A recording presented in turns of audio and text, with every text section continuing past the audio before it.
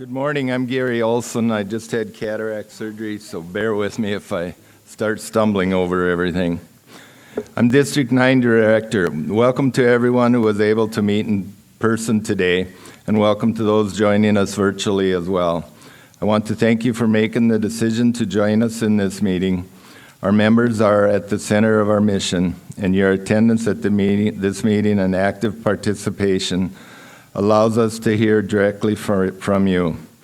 We are able to share information on the innovative ways we're working to keep the cost of energy as low as possible for you and your families, and we can use this time to inform and educate our members as openly as possible about important issues within our state that will affect the future of our industry.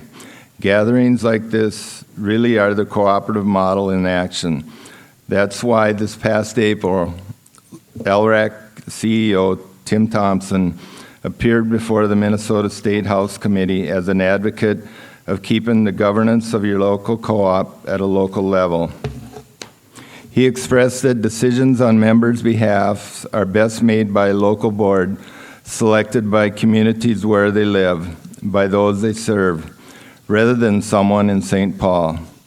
We want to make sure you're given your opportunities to provide your input and encourage you to attend our upcoming annual meeting and energy forum, as well as other grassroots events such as Coffee with the Co-op, to stay engaged and continue to make your voice heard.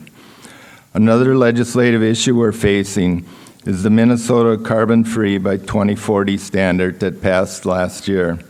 As the mandate from traditional fossil fuels towards additional renewables begins to take place and plans for specific projects are announced, we can see that the coming months represent the beginning of a unique set of challenges unprecedented in our industry. As communicated in November of last year, this energy transition and the spending required to address the need for high voltage transmission throughout the state have led to an increase in our power cost and are the main drivers in the need to pass these additional costs to our members. Detailed information on these changes will be presented later in this meeting.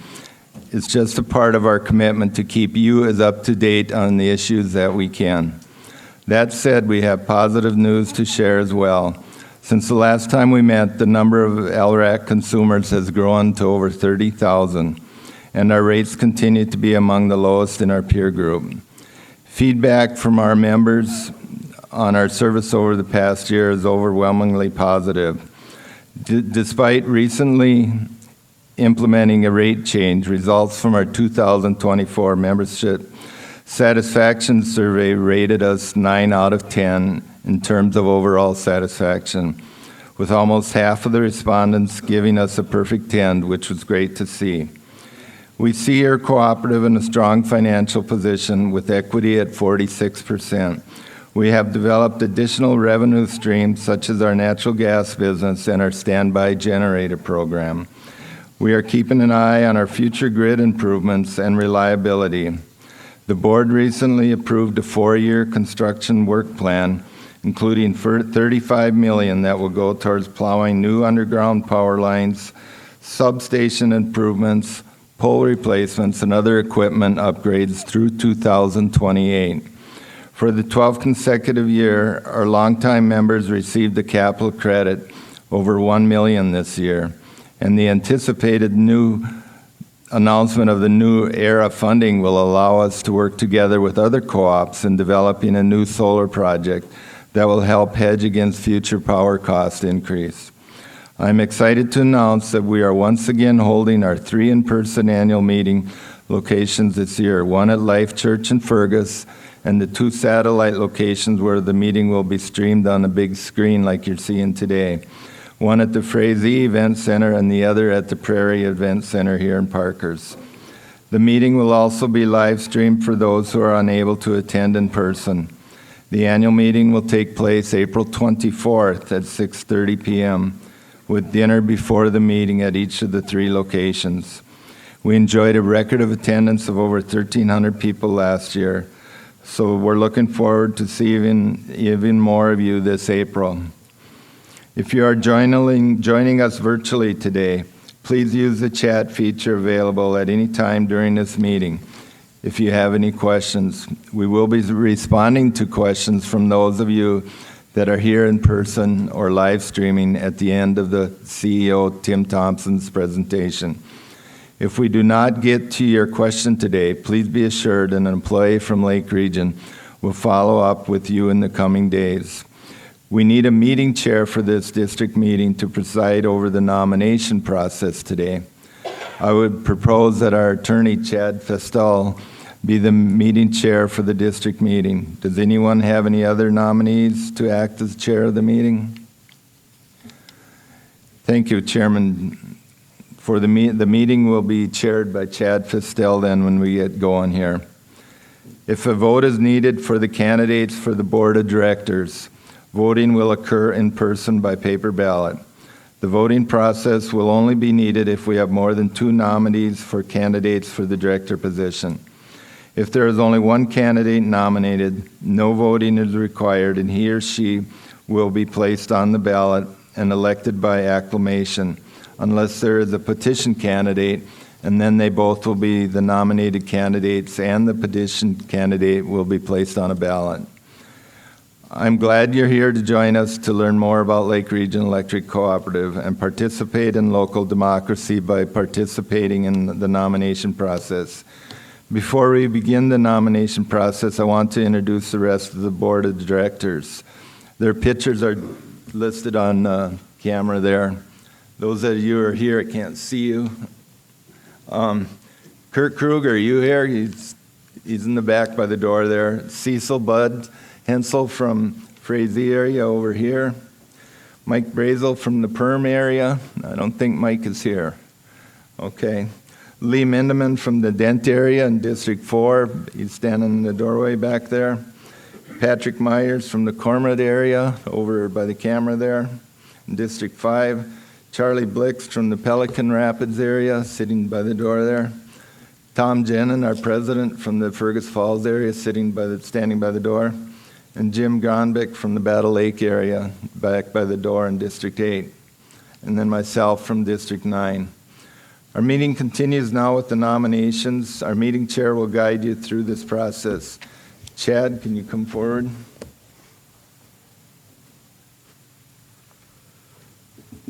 Thank you, Gary. Good morning, everybody. There are 2 ways that an individual can be nominated to be on the ballot for the annual meeting to serve as a director. The first is through the district meeting process, and the reason that you are all here today. This is where someone can be nominated from the floor to be on the ballot for the annual meeting.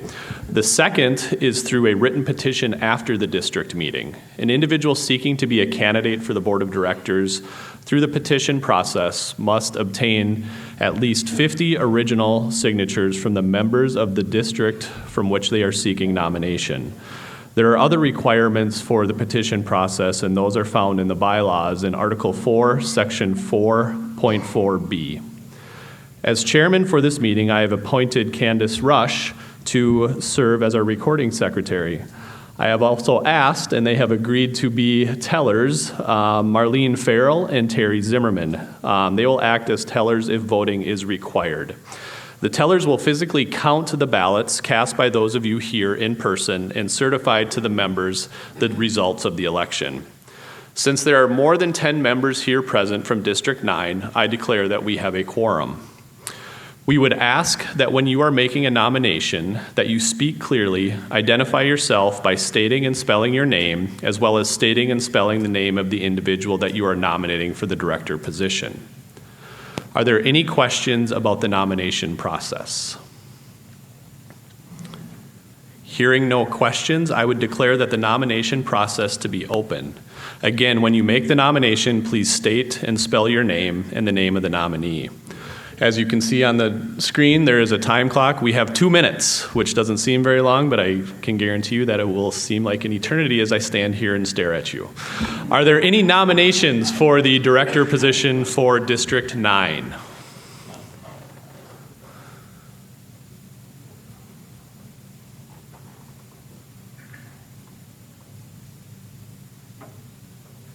Are there any nominations?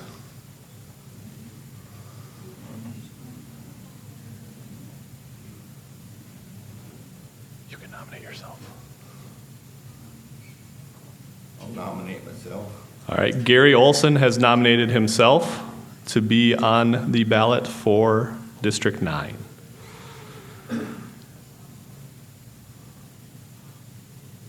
Are there other nominees?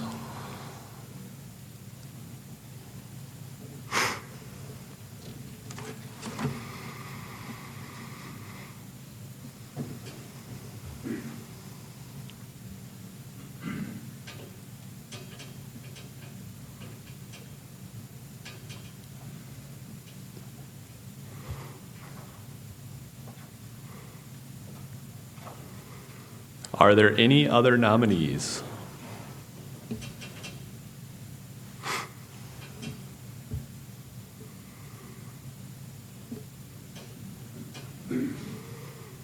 Yes, sir. I would like to nominate myself, Brad Lean, L-I-E-N. Lean, you said? Yes. Okay, thank you, Brad.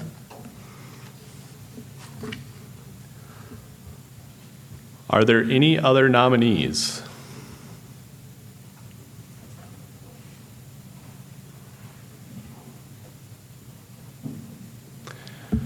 I declare the nomination process, or wait, sorry, I can't do that.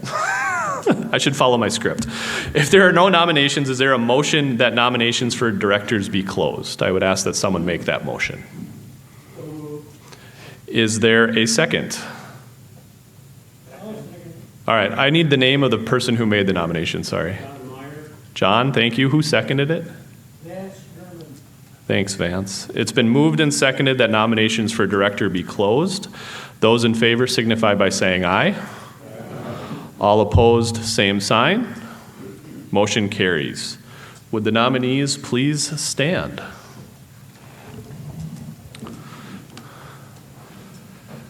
To the best of your knowledge, do you meet the qualifications for director? If so, please answer yes. Yes. Yes. All right. Would either of you like to say a few words? Gary, I'll let you go first, and then Brad, you can come up on after Gary. I would like to thank you guys, ladies and gentlemen, for all the support you've given me in the last 3 years as director. We've got a real good cooperative here. That's Tim Thompson, our CEO, has changed his cooperative around in the last 17 years, right, Tim? And I'd appreciate your vote. Thank you.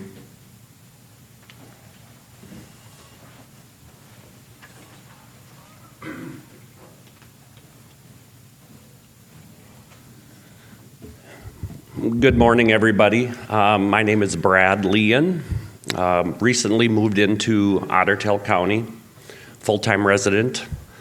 Recently retired from the Border States electrical distribution. I've been in that business for 30 years. Have a lot of family in the Otter Tail County, from some that are buried here and some that live here, from Henning to Amor. And there's a lot to learn about the co-ops, and I'm willing to learn. And I would appreciate your vote.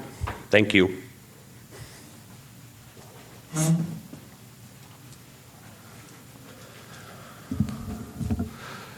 Thank you, Gary and Brad.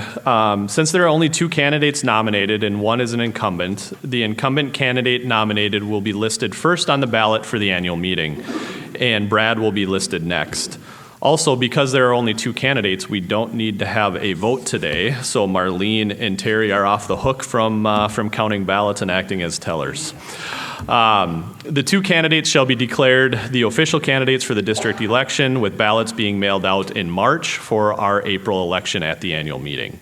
Members of the district, the following will be on the ballot for your district when elections are held in April: Gary Olson and Brad Lean. The ballot for election in this district will also include any members who have gone through the petition process described in the bylaws. And the 2, Brad and Gary, I would ask that you come to the podium after the annual meeting to sign the required documents for the process for getting on the ballot for the annual meeting.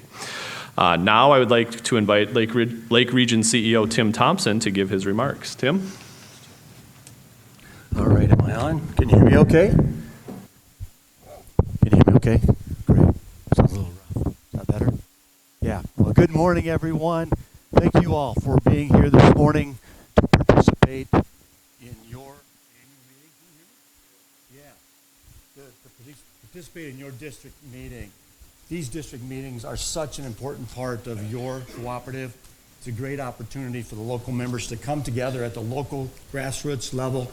It's an opportunity to visit with your board of directors, the Lake Region employees who are here, and most importantly, to come together and be directly involved in the board of directors nominations process. So thank you for your member engagement.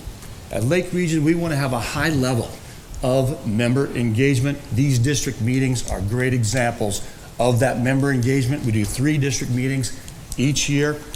We also have our Coffee with the Co-op program where we'll set up a time, invite members into a local cafe, have a cup of coffee and a donut, and just talk about Lake Region. Talk about what's on your mind. It's a great way for us to get feedback. We love doing them. We're going to do a couple of those this year. We have member appreciation events. In the last couple of years, we've been at Maplewood State Park. We've been at Glendalough State Park. And there's a great event. I hope you can make it to future ones. Our linemen get out into the schools and do safety demonstrations for the kids, teaching them how to play safe around electricity. It's a wonderful thing that they do in the communities. And then we have a virtual option for members to be engaged as well. Our Energy Corner, as we call it. If you have interest in joining this, let us know. It's an electronic way we can share information with members who maybe want to know a little bit more about things going on in the industry, and we just communicate through a private Facebook platform. The center of this screen, those colorful dots represent the locations we've had specific member engagement over the last 3 years. Our biggest member engagement opportunity is our annual meeting with our 3 in-person sites today.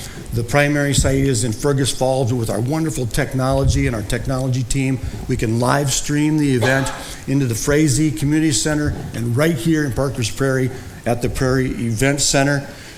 98% of our members live within 25 miles of one of these 3 locations. We simply want to make it as easy as possible and convenient as possible for you to attend an in-person meeting. With this new model the last few years, last year we had 1,300 people attend our annual meeting, basically doubling attendance compared to the old single-site model. With all the changes going on in our industry, we started having an energy forum. It's hard to believe this is going to be our 4th annual energy forum this year. This is really an opportunity for members to take a deeper dive on all the energy issues that we are facing. We want to create an opportunity to connect our members with industry leaders. We'll invite in a very good lineup of speakers on a variety of topics from across our industry. Just have a good conversation, Q&A sessions. Following those sessions, we'll have small group breakout sessions on a variety of topics from our team on things like our load control programs, our residential standby generator program, as well as our solar offering, our Go West Solar. That's going to be at Thumper Pond June 6th, again this year. We're also going to do another member appreciation event at Phelps Mill Park. Again, free meal. No entry cost into the park. You just come out and have some fun. Our employees will be there doing our electrical safety demonstration. If you haven't seen that, really encourage it. If you've got kids or grandkids that could come and see it as well, that would be great. We'll have our electric bicycles there. You can take those for a ride if you'd like, as well as a couple of electric vehicles. If you want to kick the tires on those or maybe take those for a spin, you're more than welcome to do that. That'll be in August. Well, I'm so pleased to be able to present to you the results of our 2024 member satisfaction survey. We do a survey with a membership each year. Last fall when we did this, we had 3,715 members participate in our survey. And as Gary mentioned, when we asked that question, how satisfied are you with Lake Region? On average, we scored a 9 out of 10. That's the 3rd consecutive year we've got a 9 out of 10. And you can see from the chart, member satisfaction has been on the rise in recent years. The most important part and valuable part of that survey, though, is your meaningful comments that you give us in terms of feedback. Some of those comments, honestly, are very inspiring to us. Some comments point out areas where we need some improvement, and we appreciate that. That goes into our strategic thinking and our operations to make those necessary improvements. Specifically things like reliability, or maybe you think our rates are too high. That gives us good feedback from the membership. The quote from a member there at the top, I just love that. Member says they really care for and serve the members. To me, that comment really captures the spirit of what we aspire to be. You know, there's a lot of things in our world today we can't control, but what we can control is how we care for and serve others. Thank you for that comment. Well, speaking of great service, here's a good example. Service to our members round the clock. Here's a case we had. Call came in for an outage in the middle of the night. Linemen responded to that call at 1 a.m. They roll out of bed, head out in the dark night. They get to the scene, and this is what they find. A pickup truck went off the road, smashed into some of our equipment. Pickup truck ends up on top of that green box there, the transformer. Our guys get there, and they immediately assess the situation, recognize they're going to need a second crew to bring a backhoe out to get this fixed quickly. The guys had to wait for a tow truck to remove the truck. But think about that. Call came in at 1. They got out there and had full restoration of that power by 5 a.m. in time for when the member gets up, they've got their power back on to start their day. So just an awesome job by our team at Lake Region. We continue to reinvest in our local grid. The board just approved that 4-year construction work plan totaling $35 million. What this slide shows is a nice decline in outage times for members over the year. For 2024, on average, a member was out of power 1.7 hours. You can see that's quite lower than what it used to be, about 61% lower than back in 2004. A lot of reasons for that. A lot of grid improvements. We've upped our game with our tree clearing program, and we continue to use technology to be more proactive to prevent outages. I want to give you a few examples. One of the ways that we are prioritizing reliability for you is with our new distribution grid improvement program. What you see on the map across our territory, those green highlighted areas, with all the technology and innovation that we have, we can now find the pockets across our system that have the most outages, those circuits that are the worst performing circuits. And we ran the report, and this was the first report that shows the worst 10 circuits on our system.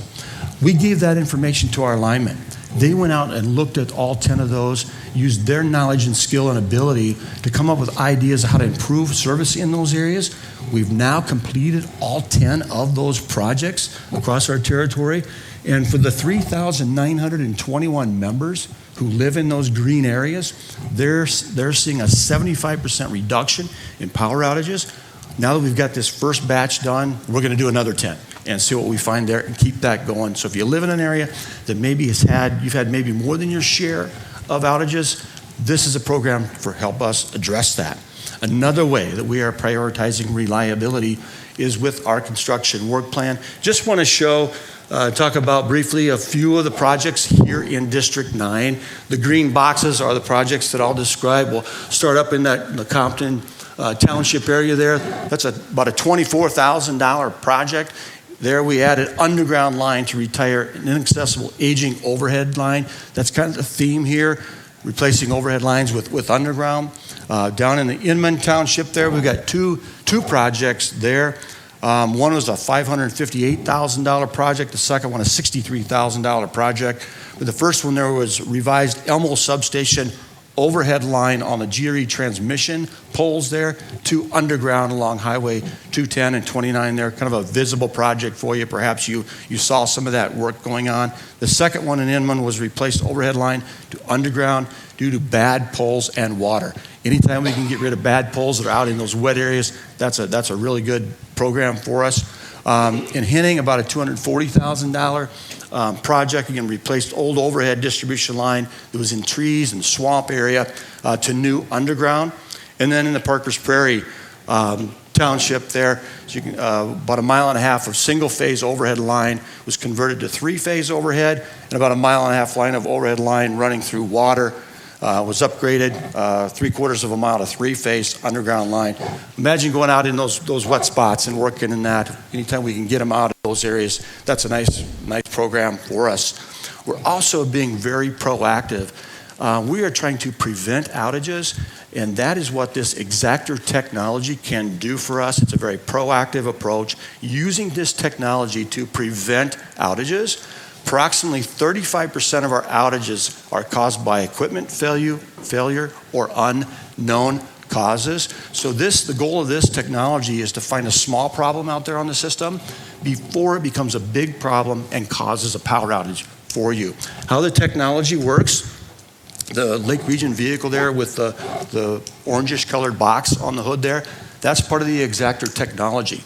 That technology, riding in that truck, parallel to the power line, as you go down the road, it's scanning and sensing that power line, collecting information.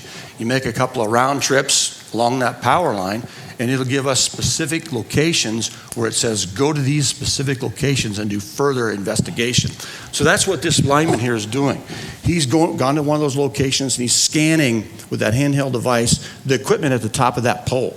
And if it makes a particular sound when they do that scanning, we know we've found a piece of equipment that has that small problem. We can get out there and change it before it becomes a big problem. The example in the middle of the screen there is things we'll find, a bad insulator. You can see that it's had some issues. It's got some arcing that's taken place there. You know, in a big screen with all the light on that insulator, you could easily see there's a problem there, right? Well, from the ground with the naked eye, that's not easy to see, so this technology helps us find those insulators as an example. The third picture over to your right, just a great example of our linemen working there. This project is where they're actually not only replacing the hardware on the top of the pole, but the pole itself as well. So you see the old pole, the new pole's been set, and they are moving the line from the old pole to the new pole, and they're doing that while that line is energized. So the members in that area are not experiencing any outages because they are doing it while that line is hot. We have, since 2020, when we started this, we've now scanned 1,800 miles of our overhead power lines. We're going to continue to do all of our overhead lines. We found 345 pieces of equipment in this pre-fail condition, and we've got out there and addressed 265 of them so far. Another way that we are prioritizing reliability is with our vegetation management program. Today, about 32% of our outages are caused by trees. Your board of directors recently approved our 2025 budget with $2.6 million in it for vegetation management and tree clearing. Not many years ago, we were at the 1.2, 1.3 million level. We've really allocated a lot more dollars to do more tree clearing on our system. How this AI technology works is satellite imagery of our system is captured from multiple angles. The AI technology monitors clearances between power lines and trees.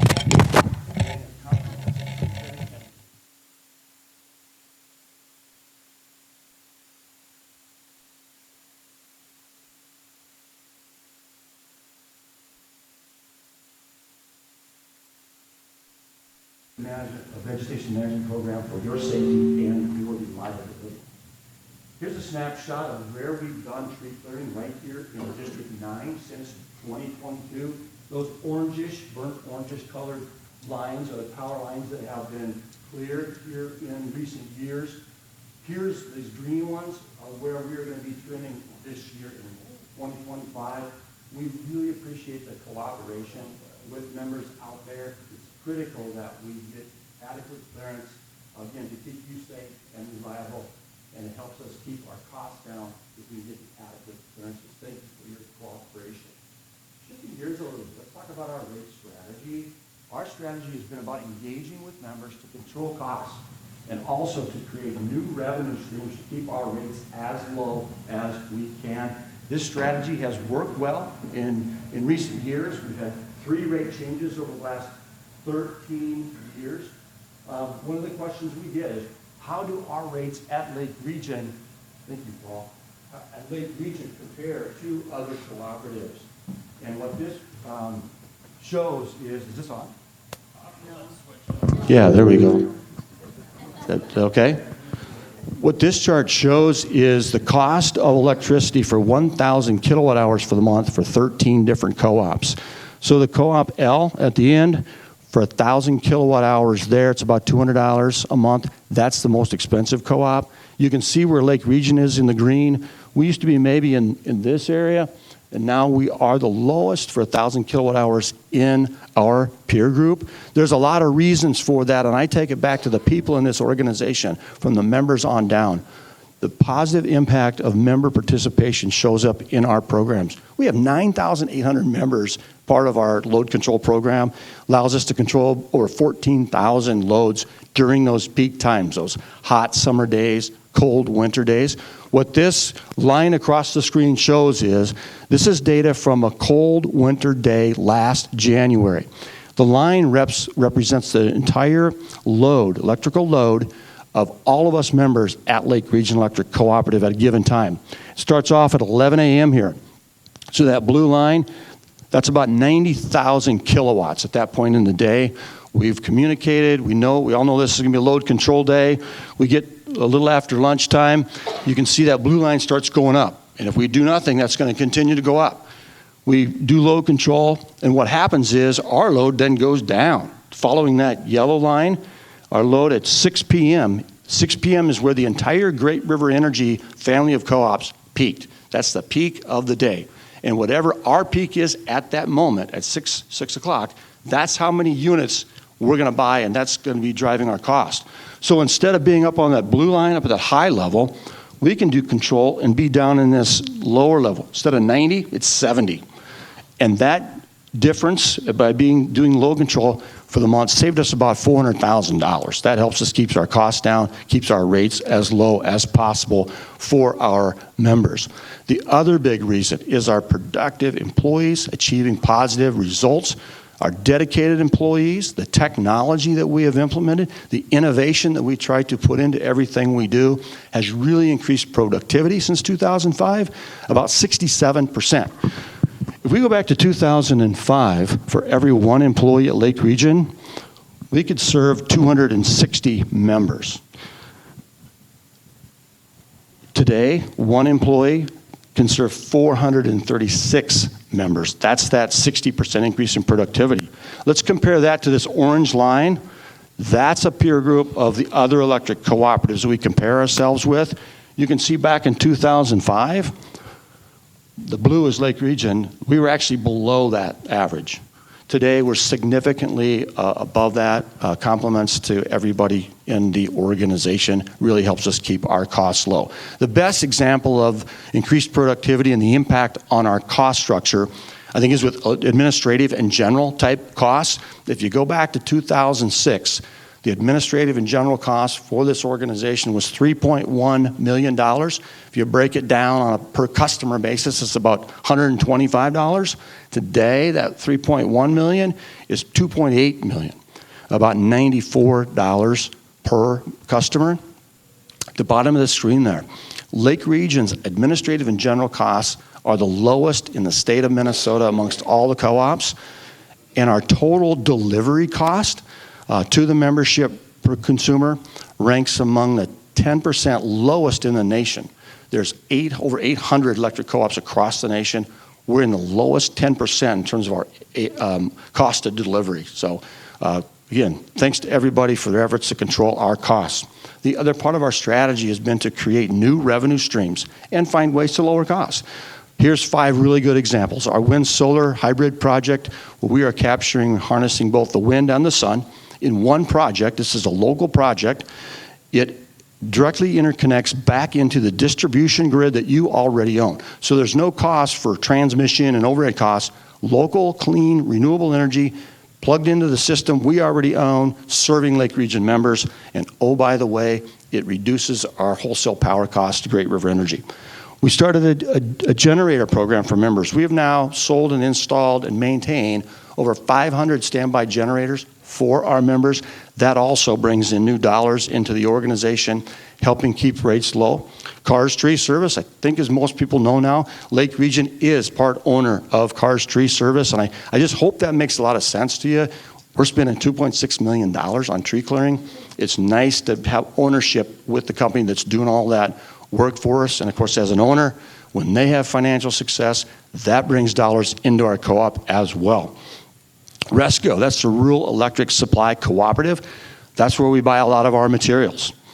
Transformers, cable, meters, those types of things. As a co-op, when they have financial success, that flows back to us as well, bringing dollars into this organization.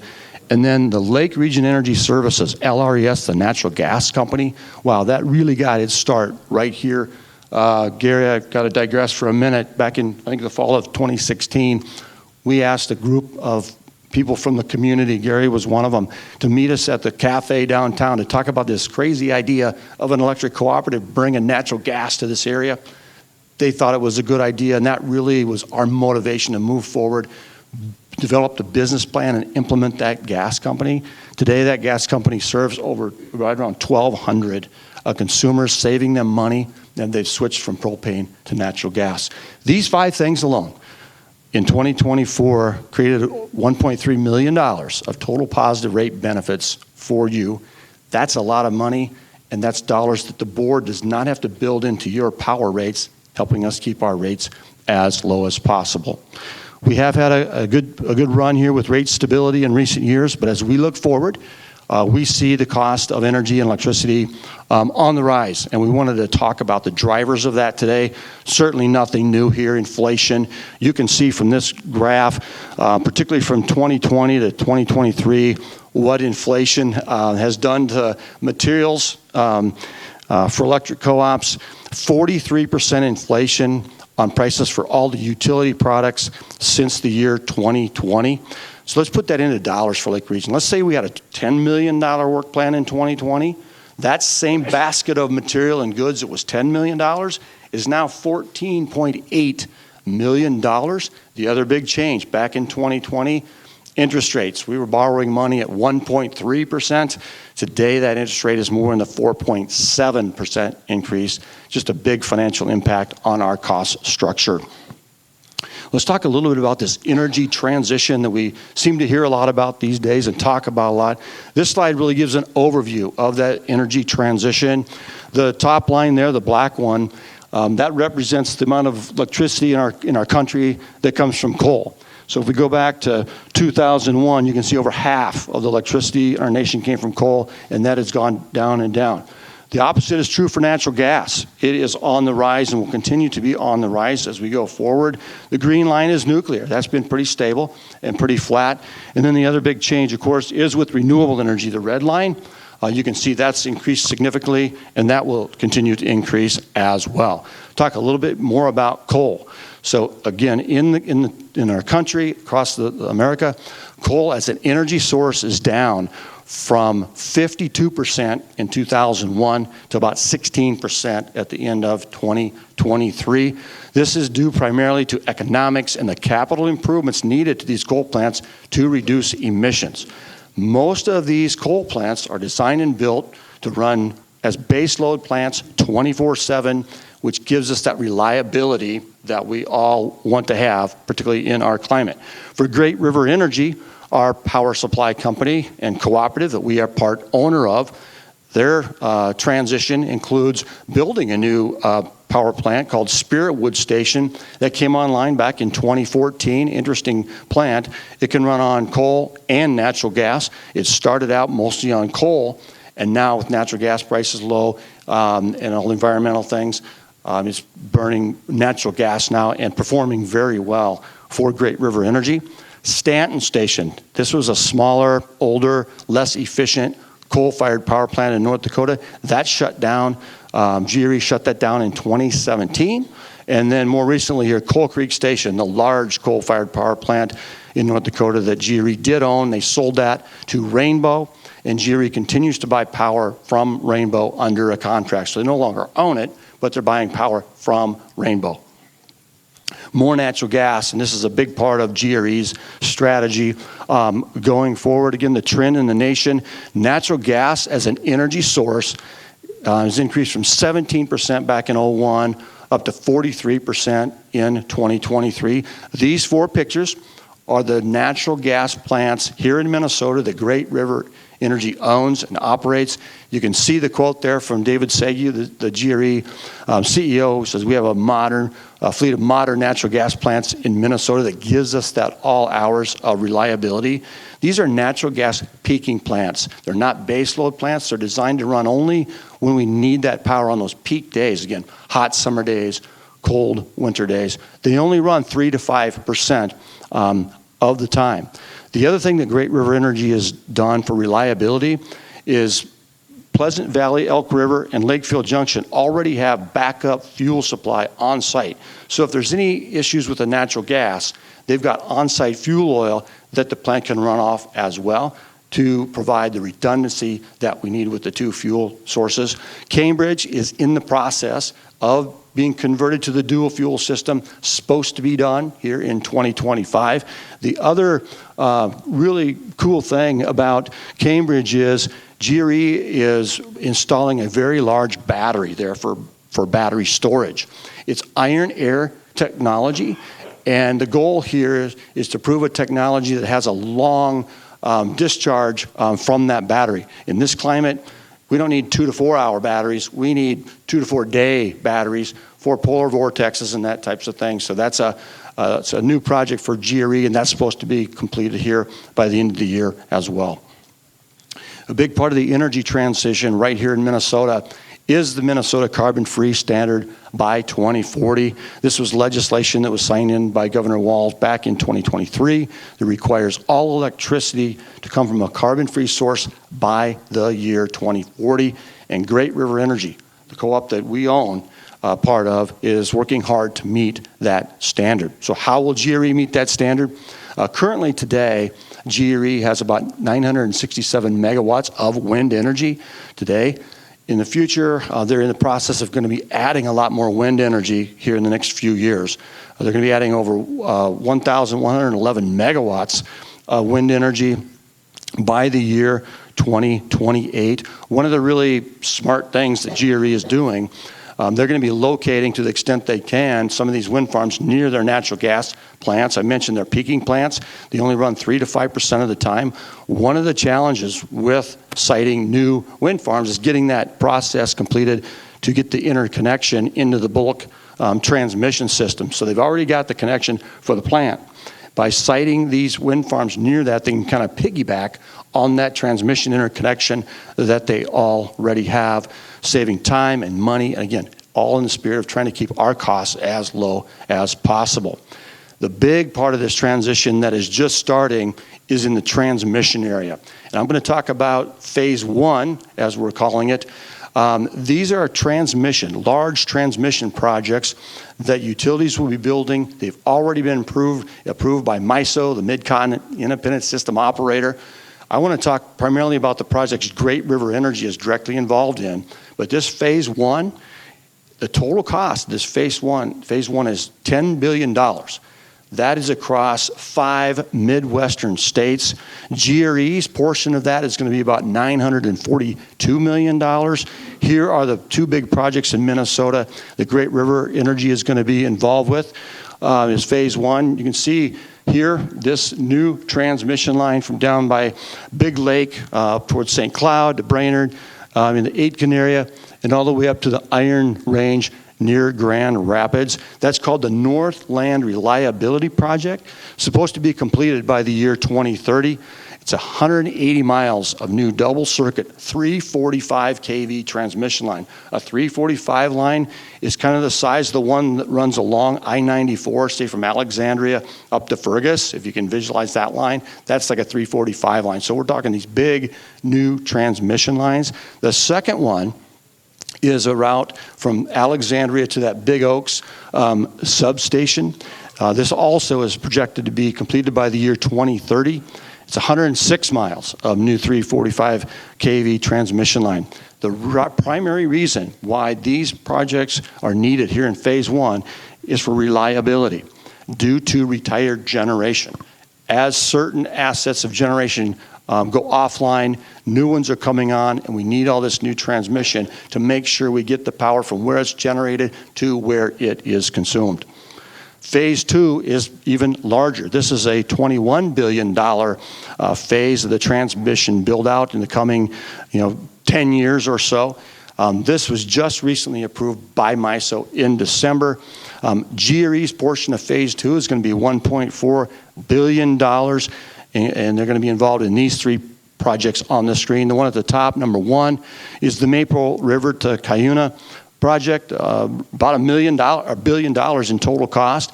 GRE's involvement in that one is going to be in that $270 million to $380 million range. Again, 160 miles of new transmission to the north of us, and that's also a 345 kV transmission line.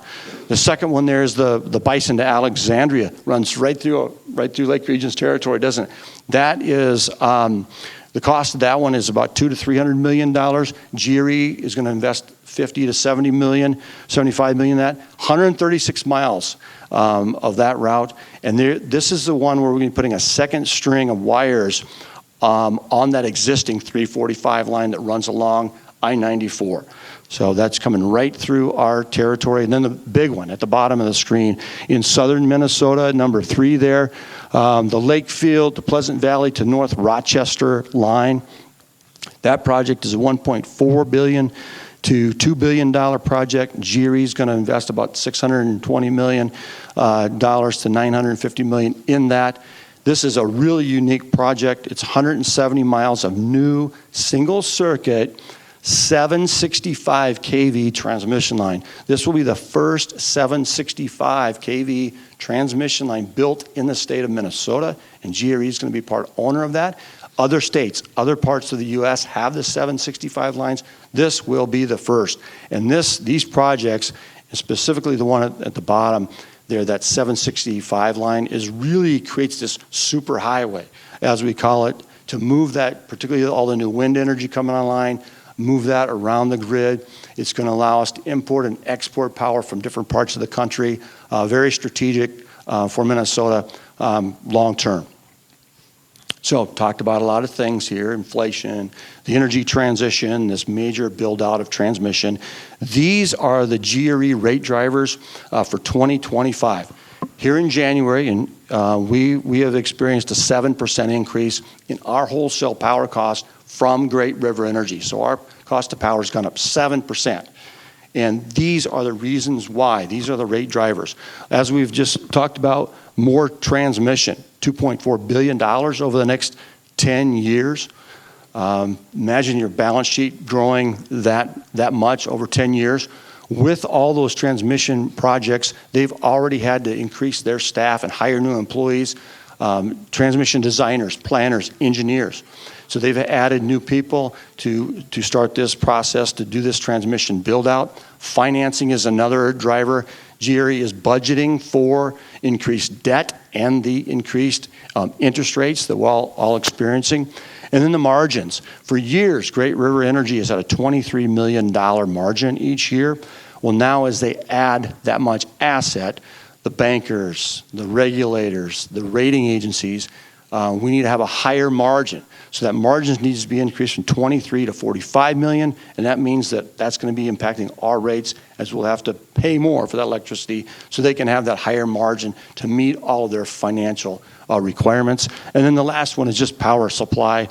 The wholesale power cost markets are probably going to be on the rise. A couple big reasons. I mean, from a supply standpoint, new units being built are going to be more expensive than the old ones.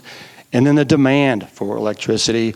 Perhaps you're hearing about it in the news, but the big thing on the demand side is the potential of all these data centers that are going to be built in our country that in future years, that could be a big enough electric load that would be equivalent to the entire lighting load in our country.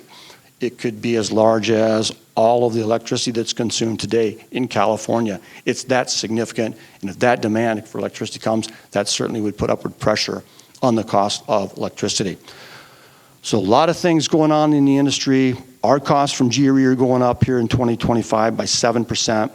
How do we deal with that? Your board of directors has made the decision to pass that additional cost from Great River Energy through to the membership and it'll appear on your line item on your bill called the power cost adjustment. We've always had a PCA, as we call it, power cost adjustment.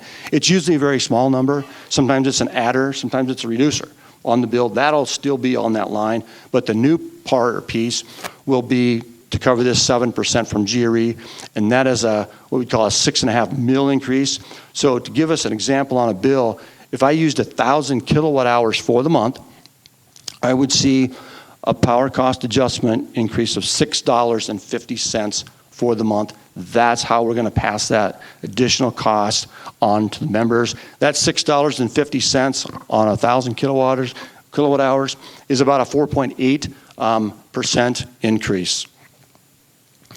Well, yeah, costs are on the rise. What can we do at Lake Region? We can continue to work together to create innovative energy solutions. One of those solutions that's on the drawing board right now is a potential for a new smart thermostat pilot program. When I say pilot program, we'd work with a small group of members first to prove its value, and then roll it out on a bigger scale after that. But a smart thermostat program would allow Lake Region to actively work with members to avoid peaks and maximize energy cost savings. Today, we think about 4,800 members already have some form of smart thermostat in their home, and a lot of people have, of course, a smartphone. Use myself as an example. Got a Honeywell smart thermostat on my wall in my house. Got a smartphone in my pocket. The co-op could communicate with both my smartphone, me, and my smart thermostat. So let's say next summer, it's going to be a hot day tomorrow. It's going to be 90 degrees and humid. Peak demand for electricity, right? With this program, the co-op could communicate with me. Tomorrow's going to most likely be a peak event.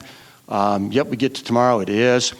They can communicate with me, and just prior to the peak event, where we want to shut off my air conditioner in my house, we can pre-cool my house. So if I normally have a setting of, let's just say 75 degrees, we could pre-cool my house down to 72.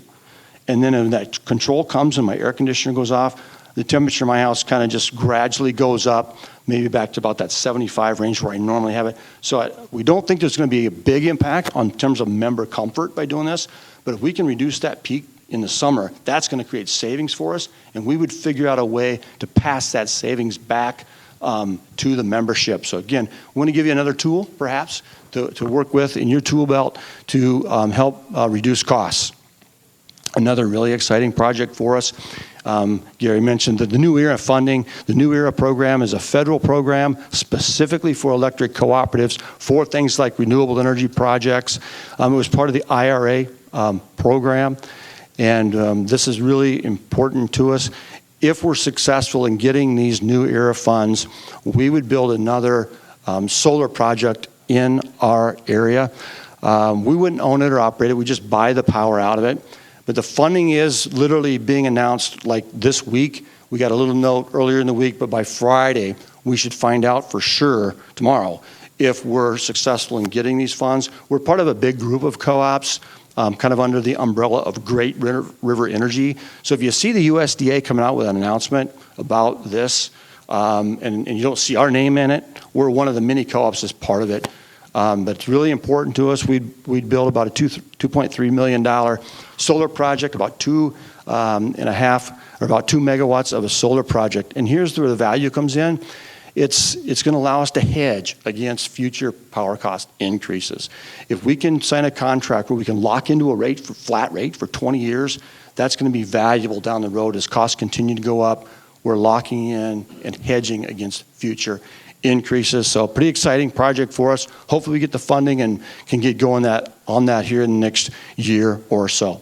You know, electricity has tremendous value. Think about all the comfort and convenience that electricity gives us in our lives. And with electricity, there's still power of the penny. For 1 penny, I can charge my cell phone 17 times for 1 penny. I think of all the joy and value I get out of my phone. You can heat an 1,100 watt microwave for 5 minutes on high for about a penny, and you can read under a lamp there for about 10 hours at your home, all for a penny. Well, how's your cooperative doing financially? For 2024, it was a solid year. The headline, if you will, for 2024 was the mild weather that we've had.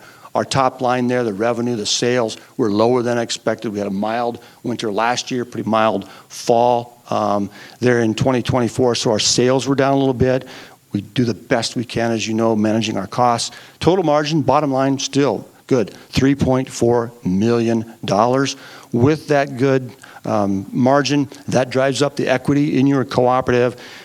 These are estimates because we don't have December closed out yet, but the balance sheet will show about $71 million of equity there. You can see the tremendous increase in equity at your co-op since 2005. And the board of directors looks at that each year. We're in good, strong, healthy financial condition. They make that decision. Really the heart of the electric cooperative, you're the owners, and they made that decision to give back, pay back $1.2 million capital credits to you last year. That's now the 12th consecutive year of over $1 million paid back to members in our history. Now we've paid back over $40 million in capital credits. Continue to be very involved in the community. We have this large American flag, and when organizations like the Western Minnesota Steam Thrashers ask us to bring up a couple big bucket trucks and fly that flag for their big event, we're more than happy to do that. That's awesome. Our safety demos out in the schools, teaching our youngsters about safety. We host safety events at headquarters in Pelican Rapids. And then we do the Fall Boo Bash, as we call it. It's a Halloween event, safe indoor environment for the kiddos. Look at those smiles there. Everybody has a good time. This year, again, for the third consecutive year, we're going to do a Twins baseball clinic, and it is going to be in August right here in Parker's Prairie. Really look forward to do that here. The coaches are terrific. Hopefully a lot of youth can participate in that, and it's good for the parents too. So look forward to that. One of the best ways we're involved in our community and helping people is with our Operation Roundup program. This is where we can round up our bill each month to the next dollar. So on average, it's 50 cents a month, goes into the Operation Roundup fund. These wonderful people are volunteer Lake Region members. They serve on the Operation Roundup committee. They decide where those dollars are paid out to across our service territory. Just one example there is the Henning Military Park Volunteers Group received a donation from the Operation Roundup program. $776,000 now has been given back in the community through this wonderful program. Got a short little video I want to show you. One of the recipients of the Operation Roundup funds is from Camp Joy.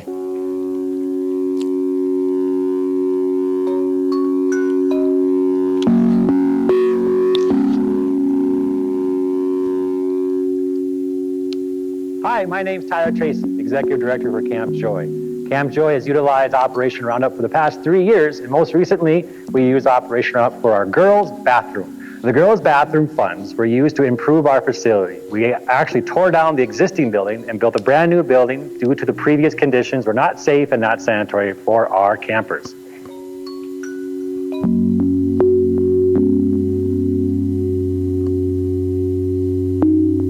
The fund helped us raise funds to offset costs to get this project done.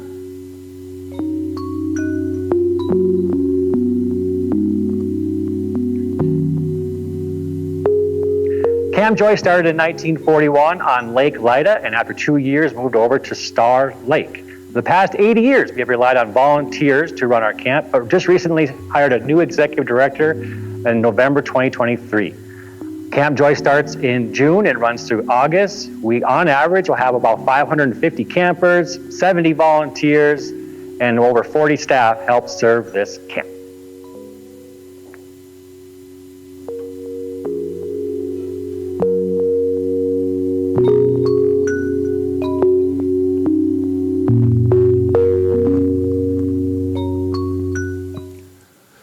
This program has a tremendous impact on people across our service territory. If you know of an organization out there or an entity out there that could use a donation, that would be great if you could let them know about this program.